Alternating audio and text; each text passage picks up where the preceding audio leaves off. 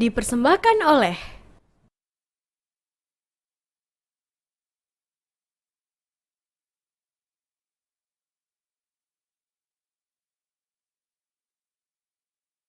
Assalamualaikum warahmatullahi wabarakatuh. Pemirsa TVmu dimanapun Anda berada, Alhamdulillah senang sekali karena program podcast TV Show bersama dengan UMJ bisa kembali hadir menemani Anda semuanya bersama dengan saya Vini Auliani. Dan kali ini kita akan berbincang-bincang mengenai tema seputar ekonomi Islam, yaitu tepatnya mengenai menjadi profesional yang berintegritas dan juga falah bersama Prodi atau Program Studi Ekonomi Islam. Dan sudah ada narasumber kita kali ini yaitu Ketua Program Studi Ekonomi Islam, Ibu Dr. Hartutik SEMM. Nah, langsung saja nih kita sapa ya. Assalamualaikum Ibu Dr. Hartutik. Waalaikumsalam warahmatullahi wabarakatuh. Makasih Ya, Mbak Vini. apa kabar Bu? Alhamdulillah sehat. Alhamdulillah sehat ya Bu ya. Ya baik, Bu Hartutik ini biasanya disapa Bu Tutik ya Bu ya? Boleh, Bu Tutik Boleh aja. disapa Bu Tutik ya Bu ya? Ya, nah Bu Tutik ini kita akan membahas mengenai ekonomi Islam, juga kaitannya dengan program studi ekonomi Islam yang ada di UMJ ini. Nah, ini mungkin bisa dijelaskan juga ya Bu kepada masyarakat, khususnya kepada pemirsa TVmu, mengenai konsep ekonomi Islam itu seperti apa sih? Apa yang membedakan mungkin selama ini kan sedang memang gaungkan ya mengenai ekonomi Islam ini, ayo terutama kita yang muslim harus beralih ke ekonomi Islam gitu. Apa sebenarnya membedakan dengan ekonomi pada umumnya seperti itu? Bagaimana Ibu? Baik Mbak Vini, terima kasih. Jadi ekonomi Islam itu secara keilmuan itu sama dengan ekonomi pada umumnya. Mempelajari bagaimana memenuhi kebutuhan manusia secara dengan sumber daya yang terbatas. Cuman kalau konvensional itu lebih ke arah bagaimana memenuhi kebutuhan itu untuk mencapai kesejahteraan hanya duniawi saja. Tapi kalau di ekonomi Islam ini kita bagaimana memenuhi kebutuhan manusia itu dengan menggunakan acuan Quran dan hadis. Jadi ada ekonomi mikro juga dipelajari, ekonomi makro juga dipelajari, tapi bagaimana ekonomi memenuhi kebutuhan tersebut sesuai dengan Al-Quran dan hadis. Jadi begini Mbak Vini ya, mungkin saya mau membicarakan konsep sebetulnya ekonomi Islam itu seperti apa sih gitu ya. Jadi yang kami tanamkan di mahasiswa kami, ekonomi Islam itu adalah paradigmanya adalah falah. Artinya begini, kalau di ekonomi konvensional mungkin kita hanya bagaimana memenuhi kebutuhan manusia itu mencapai hanya sekitar duniawi saja. Tapi begitu kita ke ekonomi Islam ini, ketika kita mau menjadi dosen, misalkan dosen yang seperti apa sih? Kita mau menjadi banker seperti apa? Kalau sekarang ini ada KPK, kalau sekarang ini ada CCTV, itu untuk apa? Untuk mengawasi orang, karena ada pikiran bahwasanya ini nanti akan terjadi kecurangan, maka menggunakan yang namanya CCTV. Ini ternyata ada penyelewengan, maka ada KPK. Tapi kalau di ekonomi Islam itu bagaimana kita sebagai manusia itu merasa ada CCTV yang mengawasi kita, yaitu Allah Subhanahu wa Ta'ala. Oleh karena itu, di dalam ekonomi Islam itu di mahasiswa kami itu kami istilahnya membrainwash, artinya di dasarnya Mbak Vini, bagaimana sih akidahnya, kuat di akidahnya. Karena ketika kita kuat di akidah, apa yang akan kita lakukan selalu acuannya adalah syariah, Al-Quran dan hadis. Semuanya, apakah itu termasuk jual beli, apakah itu pinjam meminjam, apakah itu konsumsi, semuanya ada aturannya. Karena pada dasarnya ilmu itu sumbernya adalah Al-Quran dan hadis. Kalau semuanya sudah sesuai dengan syariah Mbak Feni, pastilah akan muncul, akan terinternalisasi, akan nampak dalam akhlaknya. Bagaimana seperti mahasiswa ingin mencapai target kuliah misalkan 3,5 tahun ya, karena merasa bahwasannya itu adalah tanggung jawabnya, maka akan diselesaikan dengan baik, berperilaku baik. Kemudian misalkan kalau sebagai konsumen, misalkan konsumen bagaimana konsumen yang falah, tujuannya adalah mau membeli sesuatu, pasti dong yang dibeli adalah produk yang halal, gitu ya Mbak Vini ya. Iya betul. Oleh karena itu bagaimana ekonomi Islam mensikapinya itu adalah karena semuanya sesuai dengan syariah, otomatis semuanya akan pada jalur yang semestinya. Mbak Vini, kalau misalkan pergi ke seperti supermarket, yang dicari adalah produk halal. Produk halal itu kalau kita halal itu artinya apa sih? Baik dan bermanfaat. Yang namanya baik dan bermanfaat, misalkan kalau itu terkait make up, misalkan harus bebas dari merkuri. Kalau itu makanan, misalkan harus bebas yang dari namanya borak dan sebagainya. Dan itu adalah produk halal, Mbak Vini. Rahmatan lil alamin artinya apa? Produk itu kalau misalkan kita orang muslim mengkonsumsi yang halal itu, bagaimana dengan untuk yang non muslim? Otomatis non muslim pun juga mau. Siapa yang nggak mau, namanya make up yang tanpa merkuri sehat, makanan yang sehat tanpa borak, tanpa pengawet, siapa yang nggak suka? Semua suka. Artinya syariat Allah ini adalah rahmatan lil alamin, Mbak Vini. Jadi itu ya, semuanya sudah sesuai dengan syariat Allah, otomatis akhlak kita akan tercermin bagaimana kita berakhlak. Andaikan dia sebagai dosen, bagaimana menjadi dosen yang baik. Andaikan dia sebagai staf, bagaimana staf yang baik, ya Mbak Vini. Karena semuanya sesuai dengan syariat Allah. Bagaimana mewujudkannya, gitu ya? Bagaimana mewujudkannya? Harus adanya keseimbangan, harus adanya adil, harus adanya maslahat. Ya, karena di ekonomi Islam itu kita tidak ada, Mbak Vini, yang namanya kita itu harus sukses sendiri, nggak ada. Jadi kita itu adalah kemitraan, sistemnya kemitraan. Kalau Mbak Vini, kalau saya dengan Mbak Vini adalah mitra bisnis, kalau saya sukses, Mbak Vini juga sukses. Kalau misalkan saya sukses, Mbak Vini rugi, itu namanya nggak adil, gitu ya. Oleh karena itu di dalam ekonomi Islam bagaimana kita mensikapinya itu ya, harusnya seperti apa, pilarnya itu adalah kita keadilan. Kita menjauhi horor, kita menjauhi maisir, kita menjauhi zolim, kita menjauhi haram. Itu di ekonomi Islam. Kemudian kalau misalkan mau berbisnis, harus bisnis yang real. Ya, kalau misalkan kita bisnis, harus ada bisnis, tapi juga harus yang namanya Mbak ya, kalau ada bisnis ada sosialnya. Makanya di perbankan syariah itu ada yang namanya orientasinya bisnis, ada yang namanya non profit oriented, Mbak Vini, yaitu ada pengelolaan zakat di situ. Ya. Kemudian lagi kalau misalkan itu kita harus memberikan ke masyarakat. Bukan. Jadi kalau misalkan kita mau menggunakan sesuatu, Mbak Vini, mengambil manfaatnya berarti harus lestari. Artinya begini, ketika kita memanfaatkan alam, ketika kita memanfaatkan alam, jangan hanya diambil manfaatnya saja, tapi bagaimana melestarikannya, jangan sampai merusak dan sebagainya, keseimbangan. Apa tujuannya ini semuanya? Tujuan kesemuanya ini adalah kesejahteraan, kemaslahatan. Yang di dalam ekonomi Islam itu indikatornya ada 5 maqasid syariah itu, Mbak Vini. Apa itu, Bu? Ya. Sejahtera di dalam dia bisa menjalankan agamanya dengan baik, kemudian dia bisa sejahtera jiwanya, kemudian dia juga bisa sejahtera akalnya, kemudian keturunannya baik, kemudian terjaga juga yang namanya hartanya. Dan itulah nanti yang namanya falah, Mbak. Jadi kesuksesan adalah dunia dan akhirat. Ya, makanya kenapa di ekonomi Islam mahasiswa kami nanti ketika lulus itu merasa dia sudah ada CCTV-nya. Jadi dia sudah mempunyai paradigma bahwasanya nanti menjadi apapun itu adalah tujuannya falah. Ya. Tujuannya adalah falah. Jadi kalau sudah tujuan falah itu mereka tidak akan main-main, Mbak Vini. Mungkin kalau semua umat Islam menerapkan apa yang namanya falah ini, nggak bakal ada KPK, Mbak Vini.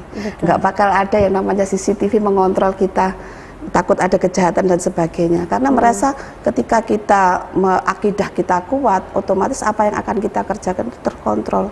Merasa terkontrol oleh Allah. Menjadi pejabat apapun. Nggak akan yang namanya menggunakan yang namanya pekerjaan kita memanfaatkan ya, Mbak Vini ya, apa jabatan kita, nggak akan seperti itu. Baik, jadi seperti itu tadi konsep ekonomi Islam, yang mana berarti konsep ekonomi Islam ini bisa berlaku untuk semuanya itu tadi rahmatan lil alamin, tidak hanya untuk umat muslim, tapi non muslim juga ya Bu ya. Ya, betapa tadi dengan mengusung konsep falah itu tadi, yaitu kesejahteraan tidak hanya di dunia tapi juga di akhirat. Dan yang memang melandasi ekonomi Islam ini adalah berdasarkan Al-Quran dan Al-Hadis itu tadi ya Bu ya. Nah ini nih yang harus juga mungkin digencarkan untuk literasinya ya, pengetahuannya ya, karena ternyata di ekonomi Islam itu juga tadi mengusung konsep falah, meraih kesejahteraan dunia dan akhirat, bahwa kita boleh hidup sejahtera dalam artian hidup kaya ya Bu ya, tapi juga jangan sampai lupakan akhirat, jangan sampai nanti miskin di akhirat, miskin amal dan lain sebagainya. Baik, kita akan lanjutkan kembali Ibu Tutik, namun kita jeda sejenak ya Bu ya, karena kita akan membahasnya usai yang berikut ini.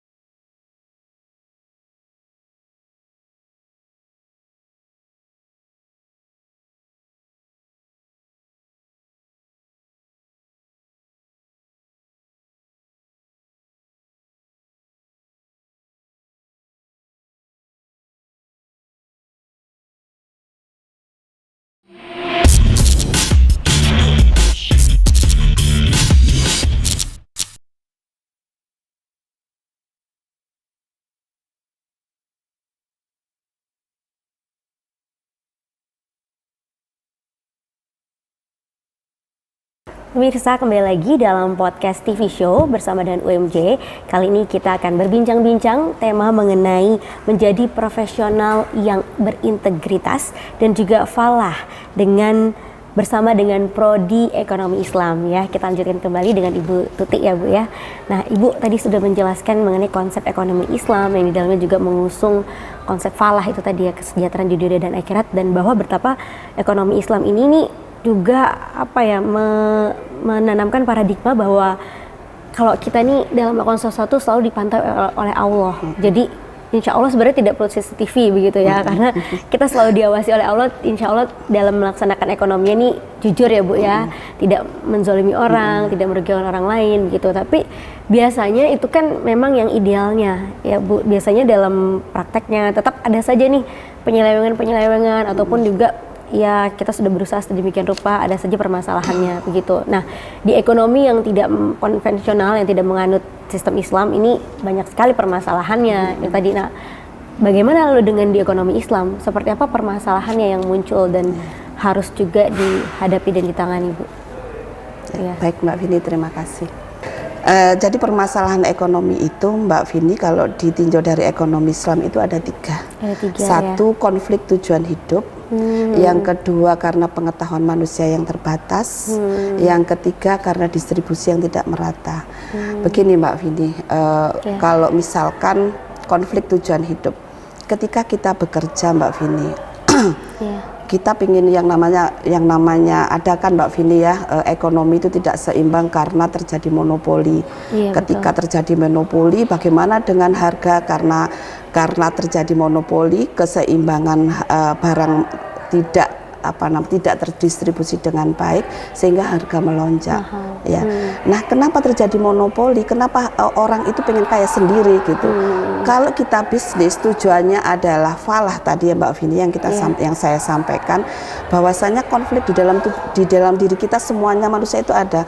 Apakah saya hanya pengen kaya sendiri?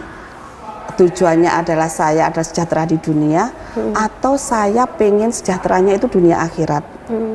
Ketika seseorang itu pilihannya adalah dunia akhirat, maka tidak ada yang namanya orang itu monopoli Mbak Vini. Tidak ada orang itu yang namanya korupsi Mbak Vini, karena di dalam dirinya terpantau. Karena saya kerja ini adalah ibadah dan tujuannya adalah sukses dunia akhirat, karena semuanya ini akan dipertanggungjawabkan. Itu Mbak Vini. Ya. Jadi kalau misalkan itu diimplementasikan Mbak Vini, ya nggak ada yang namanya kita itu inflasi, nggak ada yang namanya orang-orang ini pada kesulitan di pasar, ibu-ibu pada bingung mencari bahan-bahan kok semua pada naik dan sebagainya. Iya. Nah, yang kedua itu adalah karena distribusi yang tidak merata. Kenapa di Jakarta ini begitu teknologi itu begitu maju pesat ya Mbak Vini? Karena kalau kita lihat Mbak Vini, SDM semuanya itu ada di Jawa, ya kan Mbak Vini ya. Terus apa sih teknologi yang nggak ada di tempat kita, pembangunan apa sih yang nggak ada di tempat kita? Tapi bagaimana dengan yang di daerah-daerah tertinggal? Karena distribusinya belum merata Mbak Vini. Apapun itu.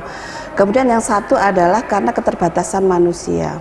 Ingat Mbak Vini, untuk yang keterbatasan manusia itu, makanya di dalam Al-Quran Al-Alaq gitu ya, ada yang namanya nama ayat yang punya adalah Iqra, membaca Mbak Vini ya. Jadi manusia dengan keterbatasan manusia itu diminta untuk selalu belajar dan belajar. Contoh Mbak Vini, ketika kemarin terjadi COVID, kondisi yang seperti itu, kondisi dengan keterbatasan manusia tidak boleh keluar, karena kalau keluar itu sangat riskan sekali dengan kesehatan. Kemudian bagaimana ya kita mau tetap di rumah tapi kita tetap bisa belanja. Akhirnya pada saat COVID, bisnis online itu mulai melonjak berkembang. Gitu Mbak Vini.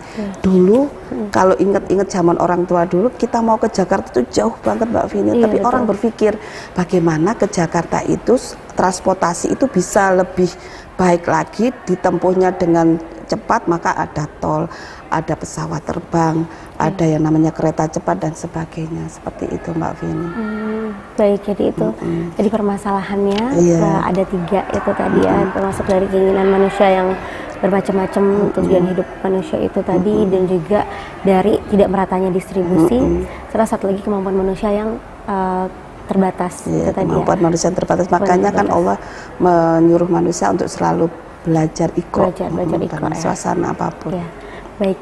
Nah, kemudian juga kalau tantangannya Ibu itu kan tadi permasalahannya ya, tantangan dan juga solusi yang ditawarkan dari ekonomi Islam ini seperti apa Bu? Terutama di era digital juga saat ini ya.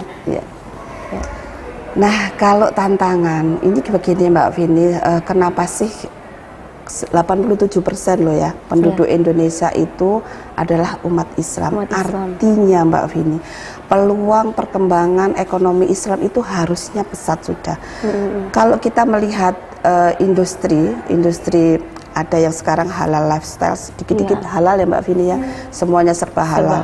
Pembiayaan halal, kemudian ada fashion itu yang fashion halal, ada hotel halal, ada apa namanya itu untuk rekreasi ya, untuk traveling itu traveling halal, semuanya serba halal. Artinya pertumbuhan produk halal di Indonesia itu sebetulnya berkembang dengan pesat. Halal lifestyle-nya itu berkembang dengan pesat Mbak Vini. Bahkan 25% produk halal ini nanti akan mendukung 25% mendukung perekonomian kita. Itu yang 25 karena pesatnya produk halal. Nah, sebetulnya tantangannya apa? Nah, ini yang menjadi tantangan termasuk nanti PR dari Prodi Ekonomi Islam, bagaimana membumikan ekonomi Islam ini, bagaimana membuat masyarakat ini lebih paham lagi dengan ekonomi Islam Mbak Vini. Sebetulnya kalau kita ngomong aja terkait dengan ini peluangnya ya Mbak Vini ya. Kenapa sih masyarakat, pernah nggak Mbak Vini mendengarkan begini? Allah bank konvensional dengan syariah itu nggak ada bedanya, sama sering, aja. Bu, ya begitu kan Mbak Vini ya. Sama beda aja. Penamaannya aja. Cuma level. Kalau itu kita sangat berbeda Mbak Vini. Sangat berbeda. Sekarang sistem riba ya, kita ngomong dengan masalah sistem riba. Al-Baqarah 275 itu Allah sudah wanti-wanti kepada kita bahwasanya orang yang memakan riba itu seperti orang yang kemasukan setan. Orang kemasukan setan kan bisa dilihat ya, orang yang seperti apa gitu ya Mbak Vini. Itu kalau kita lihat sekarang ini Mbak Vini, berita-berita yang sedang marak sekarang ini terkait pinjol online ya Mbak Vini ya. Ada yang bunuh diri, ada yang sampai suami istri saling membunuh, dengan anak saling membunuh, dengan tetangga saling membunuh, hanya karena apa? Karena pinjol. Karena pinjol. Kalau dulu kita ngomong rentenir Mbak Vini, zaman saya dulu itu paling lingkungannya hanya sekitar pasar saja. Sekarang dengan teknologi rentenir itu bisa menjangkau yang tidak terbatas oleh ruang dan waktu Mbak Vini. Nah, saya ingin menjelaskan di mana sih bahayanya riba itu Mbak Vini ya. Jadi bahayanya riba itu begini. Kalau tadi jelas ya Mbak Vini, akan terjadi orang yang tidak masuk akal pikirannya, membunuh dan sebagainya. Kalau sekarang kita ke bank Mbak Vini. Mbak Vini pinjam pembiayaan ke bank. Jika dengan sistem bunga ya Mbak Vini pinjam uang untuk bisnis. Uang itu belum dibisniskan, belum diproduktifkan, tapi di depan sudah dikenakan bunga 10% misalkan. Betul. Padahal kita nggak tahu nanti ke depannya akan untung atau rugi ya Bu ya. Baik-baik, ini penting sekali nih untuk masyarakat semuanya tahu, terutama khususnya juga penonton TV-mu ya Bu ya, untuk tahu ini betapa bahayanya riba tadi dan betapa pentingnya kita untuk paham ekonomi Islam. Tapi boleh kita simpan dulu ya Bu ya penjelasannya, karena kita akan lihat dulu yang berikut ini. Pemirsa jangan kemana-mana, kita akan kembali sesaat lagi.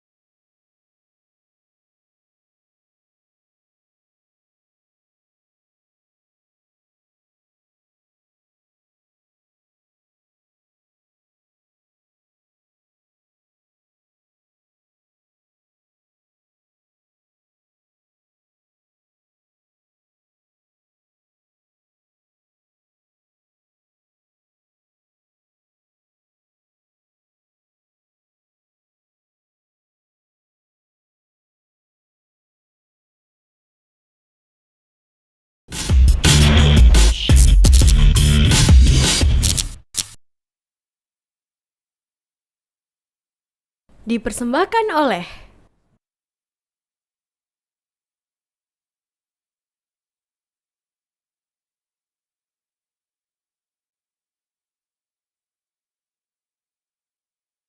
Pemirsa, terima kasih masih bersama kami dalam podcast TV Show bersama dengan UMJ. Kita lanjutkan kembali perbincangan kita bersama dengan Kaprodi dari Ekonomi Islam UMJ, yaitu Ibu Hartutik ya. Bu Tutik, silakan kita lanjutkan lagi nih Bu. Tadi sempat terputus, ini penting sekali nih mengenai riba ya, bahaya riba. Seperti tadi analoginya kalau kita meminjam uang ke bank nih ya kan, untuk usaha misalnya belum apa-apa kita sudah diberikan informasi bahwa nanti ada biaya tambahan 10% ataupun bunga ya Bu ya. Padahal kita belum tahu nih kita kedepannya akan untung besar atau malah merugi gitu. Nah ini bagaimana Bu, dan di ekonomi Islam seperti apa yang boleh gitu yang membedakan? Ya, tadi sudah itu ya kita bahas masalah bagaimana bahayanya pinjol, bagaimana iya. Bagaimana sistem bunga itu tidak adil gitu ya Mbak ya, karena belum diproduktifkan uangnya tapi sudah kena persentase tertentu. Nah sebetulnya di dalam Islam itu seperti apa? Di dalam Islam itu untuk beberapa pembiayaan itu ada Mbak yang namanya akad kerjasama, mudharabah, musyarakah, ada Mbak itu. Jadi kalau misalkan mudharabah itu sistemnya begini, kalau saya dengan Mbak Vini nih ya, Mbak Vini pembiayaan karena Mbak saya sebagai sohibul mal, saya punya uang, saya punya dana, Mbak Vini hanya punya keahlian, maka uang saya serahkan ke Mbak Vini, itu mudharabah ya Mbak ya, uang saya serahkan ke Mbak Vini untuk Mbak Vini puter atau buat bisnis, nanti bagi hasilnya sesuai dengan kesepakatan berapa, nanti kalau terjadi kerugian itu adalah sohibul mal yang menanggung. Ada juga sistem pembiayaan dengan skema misalkan kerjasama musyarakah. Mbak Vini setor dana, saya setor dana, kemudian langsung dilakukan di situ untuk usaha dan sebagainya, nanti berapa bagi hasilnya, berapa nanti bagi ruginya itu nanti kita sepakati, itu bisa Mbak. Nah ada lagi kalau misalkan kita di bank kan sering ya Mbak ya kita melakukan pembiayaan untuk rumah, untuk konsumtif ya Mbak ya, untuk rumah, untuk mobil, itu pakai akad apa? Di Islam juga memberikan nama solusi dengan akad yang namanya murabahah Mbak, jual beli. Jadi bank itu memberikan seperti akad jual beli, berapa yang harus kita angsur, pokok ditambah dengan margin, kemudian itulah nanti akan kita angsur. Jadi sesuai sudah kita membeli rumah, membeli mobil, udah tahu Mbak itu nanti kita angsurannya berapa dan tetap boleh ada marginnya Bu ya, untuk harus, yang cicilan ya, yang namanya untuk usaha harus ada margin. Ketika kita di konvensional Mbak, akan kadang itu kita ngangsur Mbak, sudah ngangsur perasaan itu sudah sering banget, nggak lunas Mbak. Tapi begitu mau dilunasi, loh kok pokok saya masih banyak aja, padahal perasaan kan sudah bayar ya Mbak ya, mengangsur sudah berkali-kali. Itulah Mbak. Atau bunga berbunga bisa jadi ya Bu ya.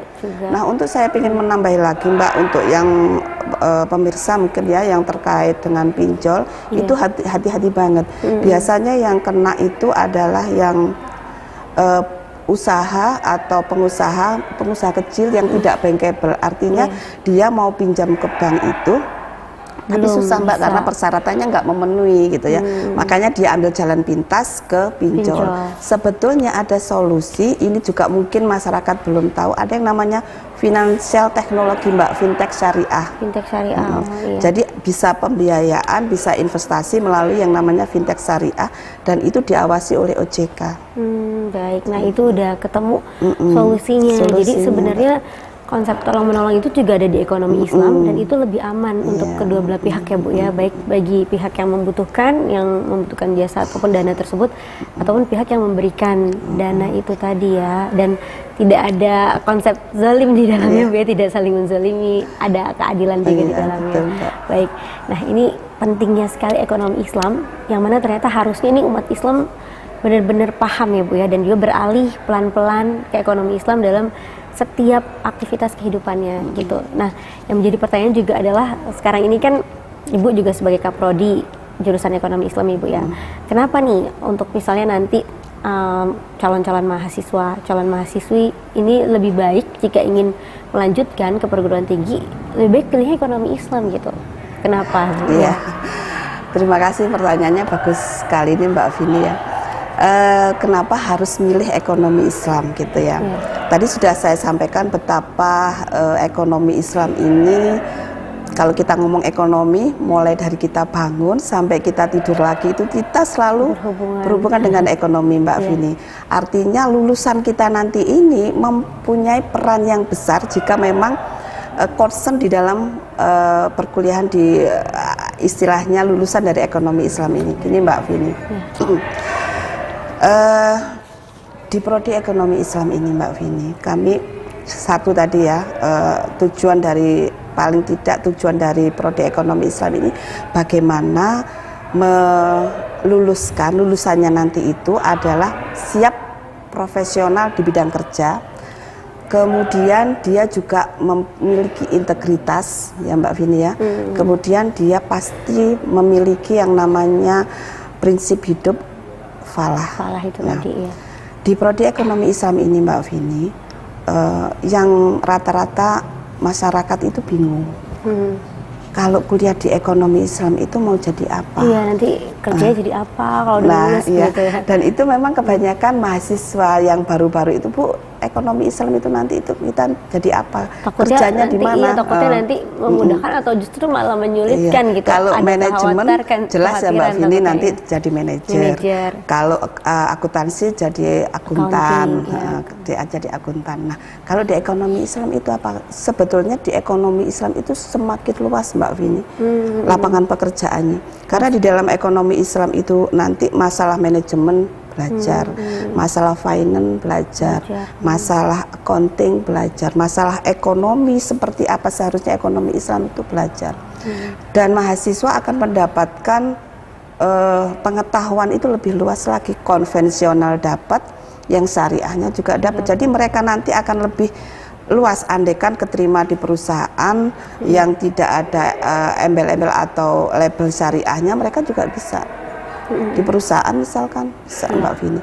Kemudian di entitas syariah, di perbankan bisa, lembaga keuangan, non keuangan bisa. Jadi dosen silahkan, pendidik silahkan gitu ya, peneliti silahkan. Karena di dalam prodi ekonomi Islam itu ada 3 peminatan Mbak Vini. Ada keuangan dan perbankan syariah, ada bisnis syariah, ada ekonomi syariah. Jadi komplit. Ada perbankan syariah, ada perbankan syariah, bisnis syariah, dan ekonomi syariah ya. Kalau perbankan syariah ini kan tentunya membedakan tadi sistem-sistemnya ya, dari akadnya ya, Bu ya. Nah, boleh dijelaskan juga Bu yang membedakan ini dari bisnis syariah ini biasanya mempelajari tentang apa saja, dan ekonomi syariah atau ekonomi Islam itu juga lebih concernnya lagi tentang apa saja gitu Bu. Gini, jadi mulai semester 1 sampai dengan semester 5 Mbak Vini itu masih umum, semuanya sama dapat ya. Jadi mahasiswa dapat yang namanya manajemen keuangan, dapat manajemen keuangan syariah. Jadi yang manajemen keuangan yang biasa Mbak Vini ada umum, kemudian yang manajemen keuangan syariah ada. Akuntansi yang umum ada dapat, kemudian akuntansi syariah dapat, analisis laporan keuangan yang syariah juga dapat. Tapi begitu nanti semester 6 mereka difokuskan. Yang seneng di bidang keuangan atau finance, dia milihnya adalah di perbankan keuangan dan perbankan syariah. Mereka-mereka yang ingin menekuni nanti dunia kerjanya adalah di perbankan syariah, di pasar modal, di pasar uang, itu Mbak Vini. Kemudian yang berikutnya di penjurusan atau peminatan bisnis syariah, mereka akan lebih difokuskan bisnis digital, bisnis internasional, jadi lebih difokuskan Mbak Vini. Kemudian yang di ekonomi syariah ini nanti akan lebih kuat lagi ke ekonomi internasional, di kemudian ekonomi pembangunan, ekonomi politik seperti itu. Jadi akan lebih difokuskan sesuai dengan peminatan masing-masing. Ya, macam-macam. Jadi justru akan lebih kaya lagi ya, literasi ataupun juga keilmuan di bidang ekonomi yang mereka dapatkan, karena tidak hanya dari paradigma umum saja, tapi juga dari paradigma Islamnya nih, sehingga tahu oh begini bedanya ya, oh, di sini kelebihannya ya ekonomi betul. Islam, oh di sini kekurangannya yang konvensional yang umum begitu ya Bu ya. Baik, nah lalu juga bagaimana kaitannya nih UMJ terutama Fakultas Ekonomi dan Bisnis dan khususnya lagi prodi Ekonomi Islam ya Bu ya, untuk bisa melahirkan itu tadi SDM di bidang ekonomi Islam yang mumpuni. Apa saja nih yang dilakukan, apa program-program yang menunjang, misalnya fasilitas, apa saja begitu. Namun simpan dulu ya Bu ya, karena kita akan lanjutkan, namun kita jeda sejenak untuk kita lihat pesan-pesan yang berikut ini.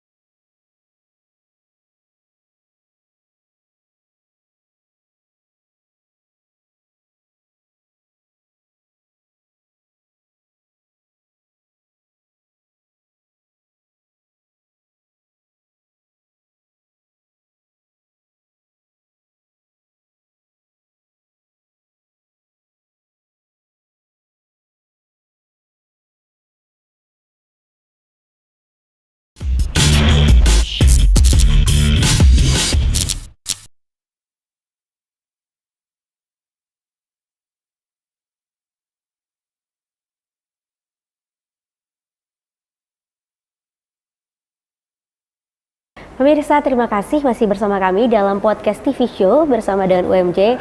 Kita membahas mengenai menjadi profesional yang berintegritas dan falah bersama dengan Prodi Ekonomi Islam bersama dengan Ibu Tuti. Ya, kita lanjutkan kembali nih Bu Tuti. Jadi apa nih kira-kira upaya yang dilakukan dari jurusan Ekonomi Islam UMJ untuk bisa tuh menghasilkan SDM-SDM yang mumpuni gitu? Apa program yang dijalankan ataupun ditawarkan juga dan juga fasilitas yang ada di program studi ini? Ya, terima kasih Mbak Vini. Jadi tadi kan terkait fasilitas kami, insya Allah Mbak, gedung perkuliahan nyaman dan sebagainya. Kemudian kami juga untuk membuat mahasiswa kami atau lulusan kami siap kerja, kami juga melengkapi dengan 8 lab, macam-macam lab. 8 lab ya, ada bahasa Inggris, ada lab komputer, kemudian ada lab bahasa Arab, kemudian perbankan, BIT. Kemarin itu mahasiswa kami yang magang sempat menyampaikan bahwasanya lab mini banknya di UMJ itu sesuai banget dengan apa yang ada di lapangan. Jadi alhamdulillah Mbak, insya Allah lab-lab mahasiswa kami nanti lulus itu sudah profesional ya, sudah siap kerja. Ya, jadi selain dia sudah mumpuni ya, falah ya Mbak ya tadi ya, akidahnya kuat, akhlaknya insya Allah, dan dia akan profesional karena banyak lab-lab yang dia sudah kuasai. Kemudian juga terkait dengan untuk menambah Mbak pengalaman ya, biasanya kalau fresh graduate di tempat kami bukan hanya fresh graduate Mbak Vini, karena mahasiswa kami ada magang Mbak. Selain difasilitasi oleh pemerintah melalui MPKM ya Mbak Vini ya, ada juga magang yang kewajiban magang bagi mahasiswa kami di perusahaan-perusahaan, di entitas syariah, di perbankan syariah, di perusahaan baik lembaga keuangan non-bank. Mahasiswa kami mendapatkan pengetahuan itu, ada yang di kementerian, Kementerian Keuangan kemarin ya. Ada seperti itu. Jadi alhamdulillah yang bisnis juga demikian. Jadi insya Allah lulusan Prodi Ekonomi Islam ini Mbak Vini sudah paket lengkap. Paket lengkap ya Bu ya. Juga begini Mbak Vini, untuk orang tua mungkin ya menguliahkan anaknya, memilih jurusan ekonomi Islam ini, insya Allah tidak akan menyesal. Biasanya saya nih orang tua Mbak Vini pengennya kalau anak saya kuliah itu jangan sampai yang namanya agamanya itu menurun. Iya. Jadi di ekonomi Islam ini salah satu kelebihannya Mbak Vini, mahasiswa itu akan terjaga bacaan Al-Qur'annya karena ada yang namanya bina baca Al-Qur'an. Di sini juga ada program itu ya Bu ya? Ada mentoringnya Mbak Vini ya. Ada mentoringnya. Ada yang mahasiswa kami sampai hafal 30 juz. Mungkin kalau masuk di perguruan tinggi yang umum ya Mbak Vini ya, itu nggak akan terpantau lagi, nggak akan termanage lagi. Tapi di sini yang sudah hafal, misalkan punya hafalan 30, 15 juz, itu akan terjaga. Sedangkan yang tidak mampu membaca Al-Quran, dia akan insya Allah begitu lulus dia akan mampu baca Al-Quran. Itu masuk dalam program, dalam mata kuliah atau memang program di luar mata kuliah, bagaimana? Ya gini, jadi baca Quran itu program tersendiri, program dari AIK Mbak Vini. Kemudian untuk yang khusus Prodi Ekonomi Islam ini, setiap yang namanya perkuliahan itu ya, dosen wajib untuk memberikan pengantar. Itu misalkan kalau ekonomi Islam itu Mbak Vini, bagaimana misalkan kita membahas satu ayat gitu ya Mbak Vini, misalkan bagaimana tentang riba Al-Baqarah 275 itu dibahas, diungkap tuntas, bagaimana bagaimana Al-Quran melarang, bagaimana di dunia nyata, dan bagaimana kira-kira, jadi mahasiswa ini diajak berpikir bagaimana, jadi interaksi mengkaji antara Al-Quran dengan realitas itu seperti apa.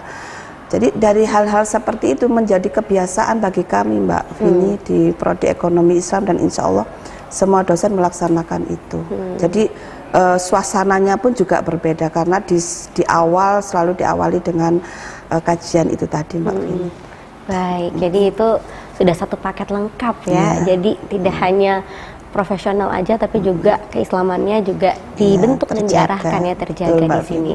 Baik, nah Ibu kira-kira di sini untuk prestasi yang pernah diraih, ditorehkan oleh mahasiswanya, baik pun mungkin juga melalui program-program dari fakultas sendiri ataupun program prodi, ini apa Bu? Ya. Untuk prestasi mahasiswa kami justru kami itu pengen mengeksplor ya Mbak Vini kemampuan mahasiswa kami dalam bidang apapun itu.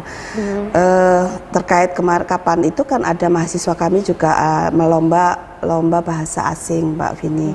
Kemudian ada yang di bidang tari Mbak Vini. Kemudian ada yang akademis kemarin terkait menang di lomba ilmiah, karya ilmiah best paper gitu ya Mbak Vini ya, di beberapa event nasional di APSEI itu. Jadi seperti itu. Jadi kami memang pengen mengeksplor mahasiswa kami itu tidak hanya di bidang akademik saja Mbak Vini, tapi ada yang silakan mereka yang mampu untuk seni, olahraga dan sebagainya. Baik, jadi banyak ya bisa dibebaskan juga Bu ya, tidak hanya untuk prestasi akademik tapi non akademiknya juga. Akademiknya juga. Ya, baik. Ya, ada yang sampai di Malaysia lomba sepak bola Mbak Vini. Di Malaysia lomba sepak bola juga ya, menang. Ya, perwakilan dari ekonomi Islam ya, jurusan Islam. ekonomi Islam ya. Baik, ya Bu Tuti, kira-kira harapannya juga ini Bu, harapan untuk program studi ekonomi Islam kedepannya seperti apa, dan juga closing statement Ibu boleh untuk ajakan juga bagi pemirsa, anak-anaknya, teman-temannya ini yang mau bergabung menjadi bagian dari program studi ekonomi Islam ini. Silahkan. Mbak Vindi dan para pemirsa, untuk prodi ekonomi Islam ini berharap kami bisa membumikan ekonomi Islam. Kami pengen ekonomi Islam ini menjadi solusi gitu ya. Jadi silahkan pilih prodi ekonomi Islam, karena prodi ekonomi Islam ini tidak hanya melahirkan profesional yang orientasinya dunia, tapi melahirkan profesional yang insya Allah berintegritas, karena paradigmanya adalah falah, sukses dunia dan akhirat. Terima kasih. Baik, ya terima kasih. Jadi jangan ragu lagi ya Bu, jangan jika ragu ingin lagi bergabung dengan prodi ekonomi Islam, Fakultas Ekonomi dan Bisnis Universitas Muhammadiyah Jakarta. Baik, amin ya rabbil alamin. Mudah-mudahan semakin maju dan sukses terus ya Bu ya. Terima kasih Mbak untuk Ibu dan juga untuk prodi ekonomi Islam ke depannya. Amin. Baik, sekali lagi terima kasih Ibu. Terima kasih Mbak Vini. Ya. Baik, dan pemirsa TVmu juga terima kasih telah menyaksikan acara ini dari awal hingga akhir. Alhamdulillah kita sudah mendapatkan materi penjelasan mengenai pentingnya ekonomi Islam dan juga kaitannya dengan prodi ekonomi Islam yang ada di FEB UMJ ini. Mudah-mudahan bisa bermanfaat untuk kita semua dan juga menjadi pencerahan untuk kita dalam menjalankan kehidupan sehari-hari nantinya. Amin. Dan pemirsa, saya Vini Auliani juga bersama dengan narasumber kita yaitu Ibu Tuti serta seluruh kerabat kerja yang bertugas. Kami mohon pamit undur diri pemirsa. Jangan lupa untuk saksikan podcast TV Show hanya di TVmu TV Muhammadiyah. Nasrun minallah wa fatun qarib wa basirul mukminin. Wassalamualaikum warahmatullahi wabarakatuh.